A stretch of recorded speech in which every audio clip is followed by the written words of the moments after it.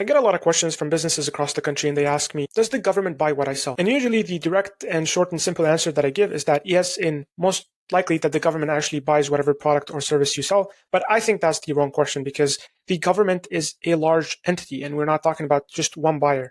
We are talking about 400 plus agencies and sub-agencies with different decision makers, and each one of them, they have their own needs and services and products that they require. What I would think the question should be is, which federal agency actually buy what I sell?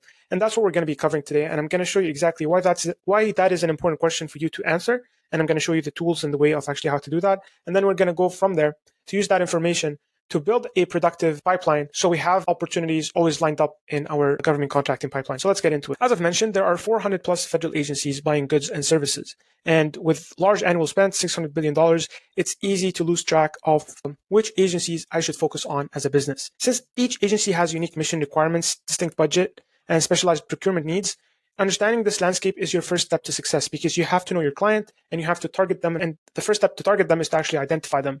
So we don't want to sell to everyone because that's a loser's strategy. We want to focus on a specific buyer or buyers and try and approach them, reach out to them, and actively sell to them. But here's the caveat. Not all agencies buy the same thing. And here's an example. For example, the Department of Army, they have bases across the country. So just because of that, they require a lot of landscaping services. On the other hand, let's say Department of Education, they might have some requirements for landscaping services, but definitely not as much as the Department of Army. So it's based on the needs of these agencies. As a landscaping business, I could identify that the Department of Army is a strong potential customer for my business, and that's the business that I should target. So that's just one example, and that's why it's very important to align yourself with the agency that needs or requires your services. If you're a veteran, for example, it makes total sense to go after the VA.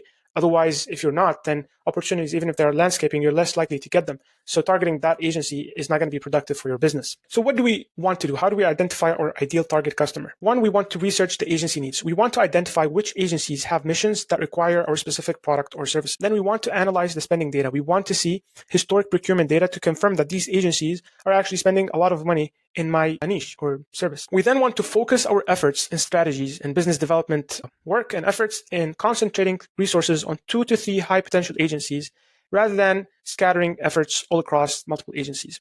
So we want to aim for our customer and we want to develop a relationship with them so we can land a government contracts with them and also be on the lookout for any potential contracts that they could come from that specific agency. Knowing who actually buys what you sell is the foundation of an effective federal sales strategy. We have to know our customer. So here are 4 reasons strategic targeting matters. I've mentioned one of them, but let's talk about all 4 of them. One, we want to focus our business development efforts. If we are scattered, as I've mentioned, across multiple agencies, multiple people, we're going to be stretched thin. We want to spend time only on agencies with proven need for our product or service. We don't want to chase dead-end leads. 2, we want to find upcoming opportunities. If we know the exact agency that we want to focus on or agencies, then it's easier for us to review procurement forecast and pipeline reports for future contracts. So we can start the conversation about a potential contract a year, even 2 years ahead of its release. 3, we want to identify subcontracting opportunities with that agencies. When we know the target agency, we can then look for large primes who won contracts or sell to that agency and try and work with them as a subcontractor. 4, we want to identify the right people at that agency. So each agency has a small business specialist dedicated to helping us navigate opportunities and requirements. So with each one of these agencies, we want to identify them, reach out to them, and develop a relationship. There's a power for precision over volume. We don't want to be this business that just shooting arrows across any opportunity that sounds like reasonable or close to what people do. We want to have a targeted approach where we focus on 2 to 3 ideal agencies/clients. We want to develop deep relationships with them. We want them to see us as experts, and we would have higher probability of winning, and we would have efficient use of resources, and we're not stretched thin if we are going after every single agency. So with that being said, let's actually go on USAspending.gov so I could show you how to find which agency is spending the most or spending a lot in your niche. Click on Start Searching Awards, then we want to scroll to here. And we want recent data. We don't want data from 2008. That's not going to be significant for us. So what I'd like to do is choose fiscal year up until 2022 because that's going to be relevant. And then we want, if location is important to you, then you can filter by location. But what I would immediately do is go and check the NAICS code. Now, what I'm going to try and do for this example is look at computer software development, and that's the service niche that I am in and my business was in. So I'm just going to paste my NAICS code, which is 541511, and it's computer programming services. I don't want to submit. Here, I'm going to see a bunch of contracts that have been awarded in the past for multiple companies, but that's not what I'm interested in for this time. What I want to do is I want to scroll to this, results by category. First, I'd like to get an idea of which agency is spending the most. And since it's software and there's a lot of spend for AI and software development with the Department of Defense, it's no surprise that the DoD is spending the most. Then we have the Department of Health and Human Services, but that's still very broad. What I would actually like to do is target sub-agencies. That's where I want to focus on. And as you can see here, we see that for software development, a lot of the contracts are by the Department of Air Force, Center of Medicare, and Federal Acquisition Services, and the Department of Army. So I would want, if I'm a business in this niche, these are the sub-agencies that I would like to focus on. And as you can see, the Department of Air Force is spending 5 times more than the Department of IRS. And it's still a lot of spending, obviously, by the IRS. But what my plan to do is, and you can filter this even down by the product service code. If you specify, like if you work in a specific niche, you want to filter down as much as possible. But here I'm just doing filtering by the NAICS code. But if the location is important, make sure to do that. If the product service code can give you ability to niche down even further, then that's better. But now I have these departments that I can focus on.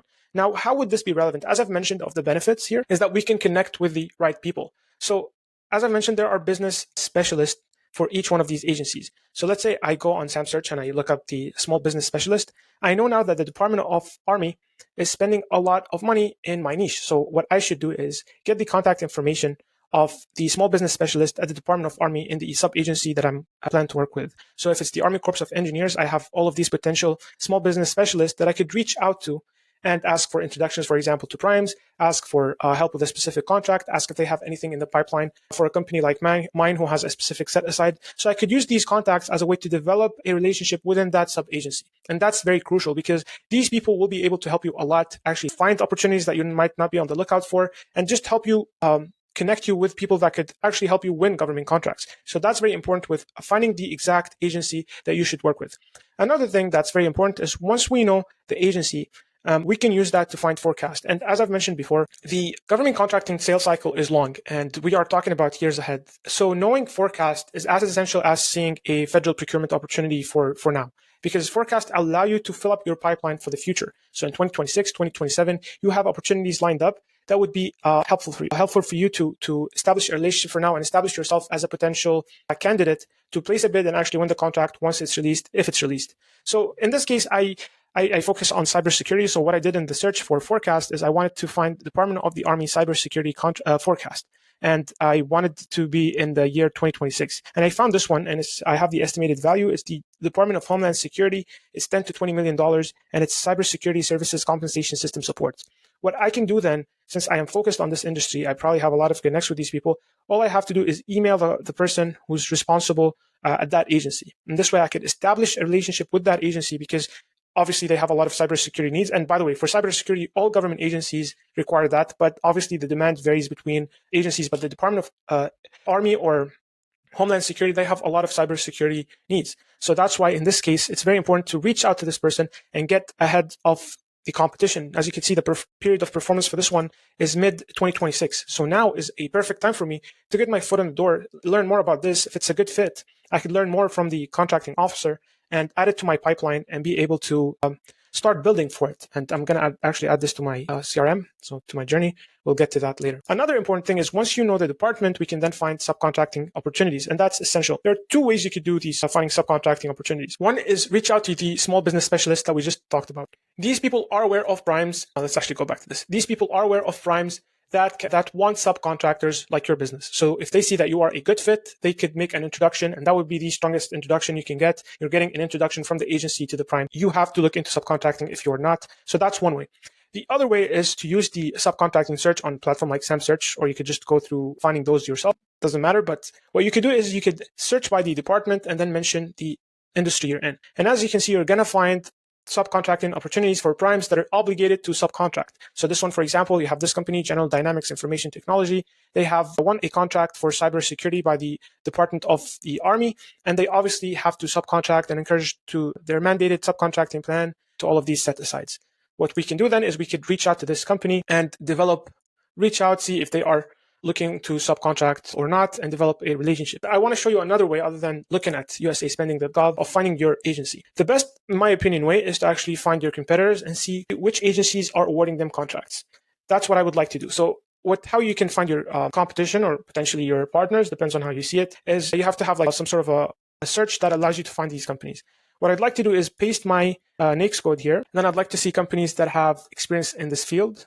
And also, if I'm like an 8A business, I'd like to see the 8A businesses that are winning computer software development contracts with the federal government. Obviously, if you require any of these filters, you should filter by those. I always like to do the filtering. I just think it's better to get like the comprehensive list and not miss out on any company if they don't have one keyword that's not mentioned. Each one of these, I want to see, for example, if they align or if they are similar to what I do. So I would go here and kind of read the keywords and the capability statement. You have here their website, the capability statement. And I would like to see how close are they to my business? Are they actually a direct competitor? And if they are, then I want to actually see their past performances. And I can come here, I could read all their contracts, but that's not enough information for me. I could see here that they are winning by multiple agencies. What I'd like to do is I would like to click on the view full spending profile, and then I'd like to scroll here to the awarding agency and see which agency or sub-agency is awarding them these contracts. And here I got a very important one, and that's why it's different from checking with the broad NAICS code on USAspending.gov, as I've shown you before. It's a lot better to see your direct competitor, because then you're going to find some not as obvious sub-agencies that you would otherwise not be able to find. So this one, I found that they have the Securities and Exchange Commission has awarded them most of their contracts in the amount of $75 million.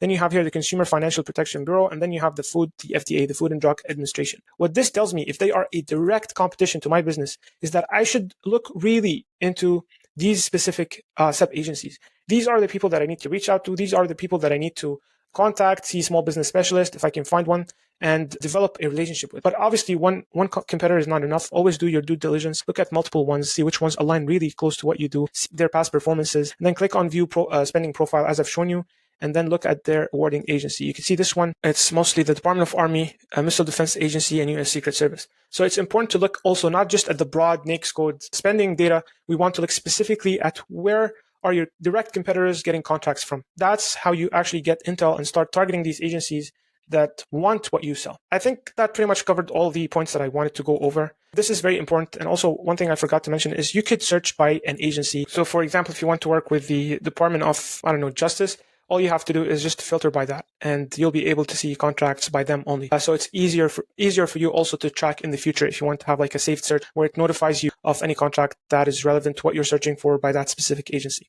Thank you so much for watching. I think I've covered all the points that I want to cover, as I've mentioned, but if you want to actually use data-driven approach, I highly recommend you get SamSearch.co. Most of the things we've talked about and showed you today, I wouldn't have been able to do without this platform. So if you're serious about government contracting, I highly recommend to get it. I'll leave a link in the description and in the comments. Thank you so much for watching, and I'll see you in the next one. Bye-bye.